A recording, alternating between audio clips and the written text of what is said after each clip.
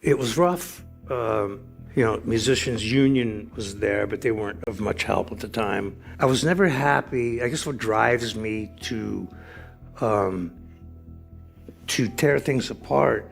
When people talk about guitar legends, one name rises above all: Eddie Van Halen. His electrifying solos, wild energy, and unmatched innovation changed rock music forever. But behind that dazzling smile and effortless stage presence, Eddie was never shy about sharing his opinions.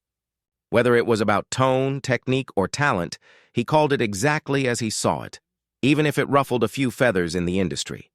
Over the years, Eddie's brilliance earned him millions of fans, but it also brought out rivalries, jealousy, and a few bitter grudges. And as he grew older, those stories began to surface, from backstage feuds to interviews that left jaws on the floor. Some of the names he mentioned shocked even his closest friends. In his later years, when asked about the musicians he respected least, Eddie didn't hold back. He finally opened up about 6 guitarists who had rubbed him the wrong way. Artists he believed didn't deserve their fame, or who had disrespected the craft he devoted his life to. What made these rivalries so explosive? Were they about skill, ego, or something much deeper? Today we're diving into the fiery truth behind Eddie Van Halen's most controversial confessions, and uncovering the 6 guitarists he admitted he truly couldn't stand Eddie. Van Halen wasn't just a guitarist, and he was a revolution wrapped in 6 strings.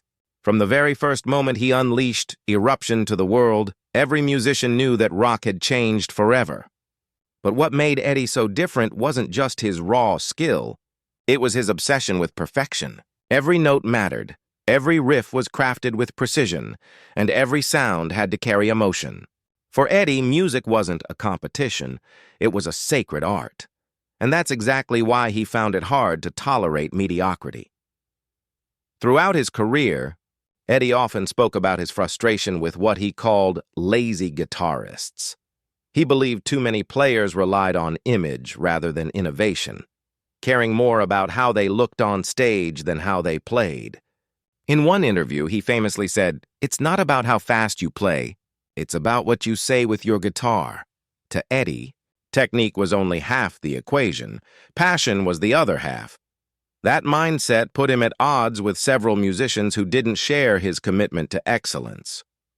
While many admired him, a few felt threatened. Eddie could instantly tell when someone was faking it, and he had no problem calling them out, even publicly. Behind the scenes, he had a reputation for being brutally honest. Bandmates, producers, and even fellow legends described him as a man who couldn't stand good enough. If a performance lacked soul, Eddie would stop everything and demand better.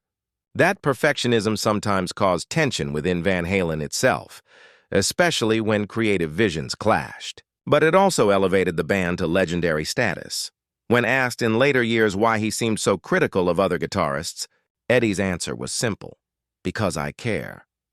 He spent decades pushing boundaries, inventing new techniques, building his own guitars, and redefining what rock could sound like. So when he saw musicians recycling ideas or relying on gimmicks, it frustrated him deeply. But Eddie's criticisms weren't rooted in arrogance. They came from passion. He had a genuine love for music that bordered on obsession. His endless experimentation, from using power drills in solos to inventing the Frankenstrat, showed just how far he would go to achieve something original. To him, copying others was the ultimate artistic sin. That's why, when asked about certain guitarists he hated, Eddie didn't mean personal hatred. He meant disappointment. Disappointment in players who didn't push themselves or respect the instrument the way he did. He believed the guitar was capable of endless possibilities, and anyone who didn't explore them wasn't worthy of being called a guitarist. His intensity sometimes alienated people, but it also inspired countless others. Young musicians admired his honesty because it came from a place of truth. Eddie didn't play for fame or fortune. He played because he needed to express something inside himself. And he expected others to do the same. That fierce standard explains why his list of most hated guitarists wasn't about rivalry, but about principle. Each of the 6 names represented something Eddie stood against, from showboating without skill, to stealing ideas, to disrespecting the craft he had dedicated his life to. Before his passing, those close to him said Eddie had mellowed, reflecting more on the beauty of creation than the frustration of competition. But the fire never left him. Even in his 60s, he still talked about the purity of sound, the joy of innovation, and the need for authenticity in a world full of imitation.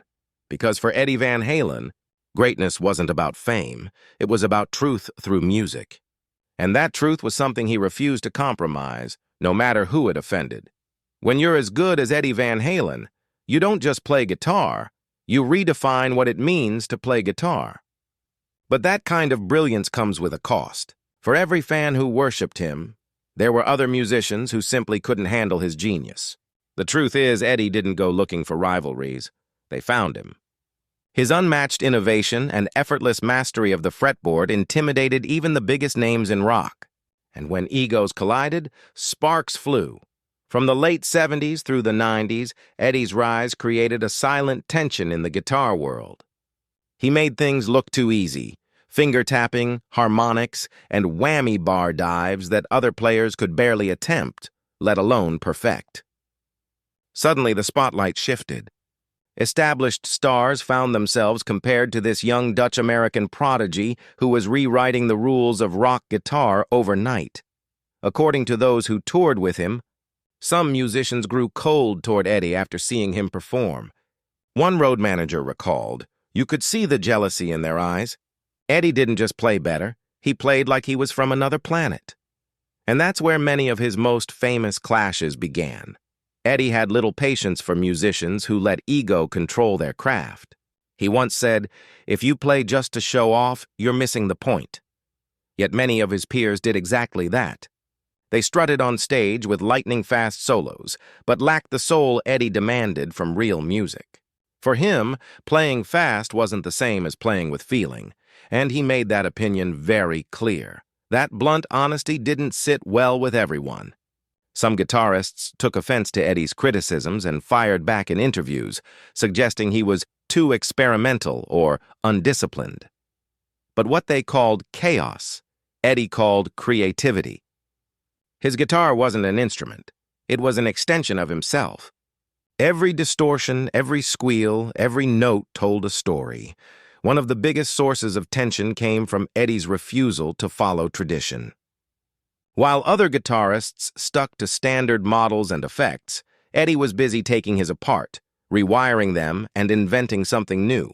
That rebellious spirit made him a legend, but it also set him apart, especially from guitarists who relied on preset tones or copied popular styles. He believed that originality was the highest form of respect an artist could give their craft. Off stage, Eddie could be quiet and humble. But once someone questioned his approach, he never backed down. He wasn't afraid to call out what he saw as fake artistry, even if it meant creating enemies. And that's exactly what happened with a few high-profile players. Rumors spread through the industry about who Eddie hated, names that would later appear on his infamous list. Some were shocked by who he mentioned, while others said, "It makes sense. Those two never saw eye to eye." What few people realize is that Eddie's so-called feuds were rarely personal. They were artistic disagreements, moments when his passion for authenticity clashed with another artist's ego. He couldn't respect players who recycled the same riffs year after year or who chased fame instead of craft. To him, that was an insult to every guitarist who poured their soul into learning, experimenting, and growing. In the end, those who clashed with Eddie often came to respect him later in life. As one rival admitted after his death, Eddie didn't hate anyone, he just hated fake music. That's the heart of it. The 6 guitarists he hated weren't his enemies. They were reminders of what he refused to become. In a world full of imitation, Eddie stood alone as the embodiment of originality. When Eddie Van Halen finally opened up about the guitarists he disliked the most, it wasn't about petty drama or gossip. It was about principle. Eddie had spent his entire career chasing innovation, living for those moments when music felt alive and unpredictable. So, when he spoke about the 6 guitarists he hated, His frustration came from seeing artists who, in his eyes, had betrayed that creative spirit. Those close to him said the list wasn't written down or meant to shame anyone. It came up during late-night conversations, interviews, and private studio sessions, moments when Eddie would shake his head at a player he felt had lost the fire. And while he never named every person publicly, his comments over the years painted a clear picture of what kind of guitarist he couldn't stand. The first type were the imitators, musicians who built entire careers copying others. Eddie always believed that imitation might be flattering, but it was also lazy. He'd spent his life inventing new sounds, modifying equipment, and blending genres. Seeing guitarists mimic his techniques without bringing anything original to the table drove him mad. "If you're going to borrow from someone," he once said, "make it your own. Don't just steal the solo, steal the soul." Then there were the showmen, the ones who cared more about their hair, their poses, or their image than the actual music. Eddie's stage presence was electrifying, but it was never fake. Every jump, every grin, every burst of energy came from joy, not ego. Watching guitarists fake passion just to win an audience made him cringe. The third kind were the purists, players who looked down on innovation. Eddie had no patience for traditionalists who believed that guitar should only be played a certain way. "Music isn't about rules," he once said. "It's about what feels right." These rigid musicians dismissed his two-handed, tapping or his custom-built guitars as gimmicks, not realizing he was shaping the future of rock. Then came the technicians and the players who obsessed over speed but forgot about emotion. Eddie respected skill, but he believed emotion was everything. "You can play 1,000,000 notes per second," he once told a friend, "but if it doesn't make someone feel something, what's the point?" To Eddie, these lifeless shredders missed the very essence of why the guitar mattered. The fifth type were the arrogant ones, the players who thought they were gods. Eddie had seen his fair share of inflated egos in the industry. He couldn't stand musicians who belittled others, especially younger players still trying to learn. Despite his fame, Eddie was always open to teaching, sharing, and collaborating. He believed greatness came from humility, and arrogance to him was the enemy of art. Finally, there were the opportunists, the ones who treated music as business instead of passion. These were the people who would jump on trends, exploit fans, and chase fame instead of fulfillment. To Eddie, that was unforgivable. "You don't choose music for the money," he said. "Music chooses you. If you're in it for the wrong reasons, you'll never find the real thing." Although Eddie rarely dropped names publicly, insiders speculated that several well-known guitarists fit into these categories. But Eddie wasn't out to humiliate anyone. He simply wanted to remind people what true musicianship meant. His so-called hate wasn't personal. It was a cry for authenticity in an era where fame often outweighed talent. In private, he could still praise those same guitarists for what they did right, even if he disagreed with their direction. That was Eddie's paradox: passionate, opinionated, but always fair. He wanted to see every guitarist succeed, just not at the expense of creativity. So when people say Eddie Van Halen hated 6 guitarists, what they really mean is this: he refused to compromise the truth he found in music. To him, the guitar wasn't just an instrument, it was a language of the soul. And those who spoke it without sincerity, they didn't deserve his respect. As Eddie Van Halen entered the later years of his life, a profound shift began to take place. The fiery perfectionist who once spoke with sharp conviction about his rivals started to soften. Time, age, and reflection had a way of changing his perspective. The same passion that once fueled his criticism now drove him toward understanding and forgiveness. For Eddie, music had always been about emotion, not ego, and before his passing, he wanted to make peace with the world he'd helped shape. Those close to him said Eddie's battle with illness gave him a deeper appreciation for life and the people in it, even those he'd once disagreed with. Gone were the days of frustration over technical flaws or artistic choices. Instead, he began to see all musicians, even the ones he had criticized, as part of a larger family, bound by the same love for sound and expression that had carried him through his life. He often told friends that he didn't hate anyone anymore. In his final interviews, Eddie spoke less about rivalry and more about gratitude. "We were all just trying to say something," he said once. "We just used different words." It was a rare glimpse into the mind of a man who had spent decades chasing perfection and finally realized that imperfection was part of the art. Eddie's reconnection with old friends and bandmates became part of this healing process. He reached out to those he'd clashed with, including musicians he'd once criticized publicly. Some phone calls ended in laughter, others in tears, but nearly all ended in peace. He understood now that time was fleeting and grudges were meaningless when weighed against a lifetime of shared music. One friend recalled, "He told me he wanted to leave the world lighter than he found it. He didn't want bitterness to be part of his story." That sentiment became Eddie's quiet mission in his final years: to mend, to forgive, and to let go. Even in his weakened state, Eddie's creativity never stopped. He spent long nights in his home studio playing for the love of it, not to impress, not to compete, but simply to feel alive. Those sessions, friends say, were some of the most joyful of his life. His tone was softer, his playing more emotional, stripped of showmanship but filled with soul. It was as if the man who once revolutionized guitar had come full circle, back to the pure love of music that started it all.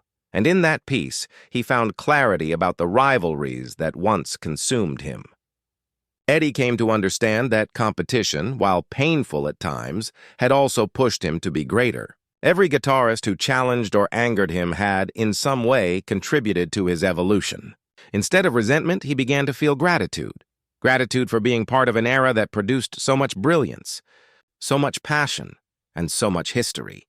Before his death, Eddie was asked what he thought his legacy would be. He smiled and said, "I just hope I made people pick up a guitar and play." That was it. No ego, no rivalry, just love for the craft that had defined his life. When he passed in 2020, tributes poured in from musicians all over the world, including some of the very guitarists he once criticized. Many admitted that despite their differences, they had always respected Eddie's honesty and unmatched creativity. In death, he united the same world he had once challenged. Today, Eddie Van Halen's story stands as a reminder that genius often comes with fire, but it's love that keeps that fire burning long after the man is gone. He may have clashed with others, but in the end, he found peace not through perfection, but through forgiveness.